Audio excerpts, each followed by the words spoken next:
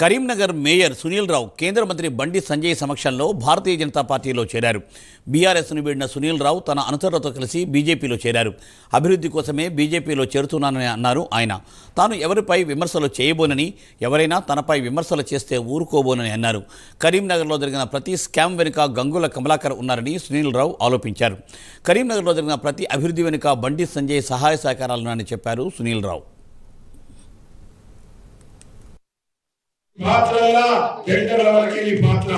Tender పూర్తయినాయి, commission వచ్చినాయి, ఆయన పని అయిపోయిందిగా.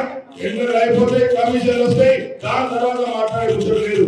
ఈ రోజు మాట్లాడుతున్నాను. నేను గతంలో సాధన చేసిన స్మార్ట్ సిటీ కావచ్చు, కరీంనగర్ నగరపాలక సంస్థలు ఏ పని మీదైనా నువ్వు ఏ విచారణ చేసుకోవడానికి దమ్ముంటే ఏ వద్ద చేసుకో. ఈ మీద మాట్లాడితే మాత్రం నువ్వు నిజంగా చెప్తా ఉన్నా. కరీంనగర్ లో జరిగిన ప్రతి కుంభకోణాల వెనుకలు, కరీంనగర్ లో జరిగిన ప్రతి అక్రమాల వెనుకలు, కరీంనగర్ లో ఈ రోజు నీకు తప్పితే ఎవరు లేదు. ఏదైనా అవకాశం వచ్చిందంటే, నీకేదైనా ఆపద వస్తుందంటే ఈయన రాష్ట్ర ప్రెసిడెంట్గా 17 మంది కార్పొరేటర్లు ఇస్తారు. ఓ పార్టీ పెట్టు జనరల్ రావచ్చి ఇటు తీసుకుపోతాను మభ్య పెట్టు మాత్రమే తెలుసు. మళ్ళీ సంపాదన వస్తే ఎవరు నీకు అవసరం లేదు. దయచేసి చాలా మంది కార్పొరేటర్ రావాల్సిందిగా ఉన్నారు. చాలా మంది కూడా వాళ్ళని రాత్రంతా 3 గంటల దాకా దండం పెడతా ఈ బాధ్యతని కార్పొరేటర్లంతా పూర్తి చేసుకుని నువ్వు వాళ్ళని బతిలాడుకున్నావు.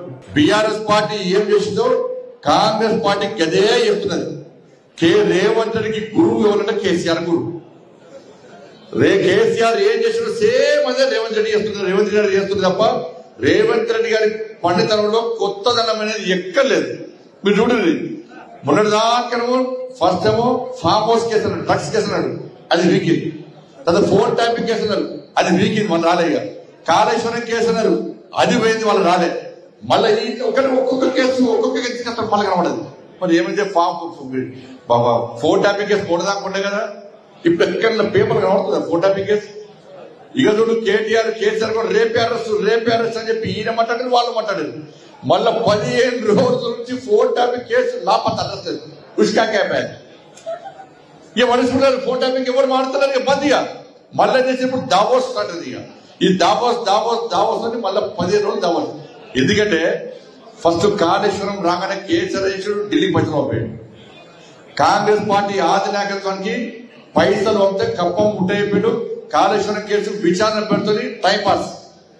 తర్వాత ఫామ్ హౌస్ కేసు రాగానే మళ్ళీ బీఆర్ఎస్ ఢిల్లీ వేరు, మళ్ళీ ఇంకో కాంగ్రెస్ పార్టీ నిలబట్టారు, మళ్ళీ పైసలు ఇచ్చారు. ఫామ్ హౌస్ కేసు అటే వికింది. తర్వాత మళ్ళీ డ్రగ్స్ కేసు వచ్చింది. డ్రగ్స్ కేసు రాగానే మళ్ళీ ఢిల్లీ వేరు, మళ్ళీ పైసలు అప్పైపోయారు. డ్రగ్స్ కేసు అటే వికింది. ఇప్పుడు మొదలాక ఫోన్ ట్యాపింగ్, మళ్ళీ 15 రోజులు ఫోన్ ట్యాపింగ్ లేదు. అరే ఫోన్ ట్యాపింగ్ చేసుకొని లోపడేయాలని చెప్పి మేమంటుంటే ఆధారాలు ఉన్నాయని చెప్పి మీరన్నారు. ఇలా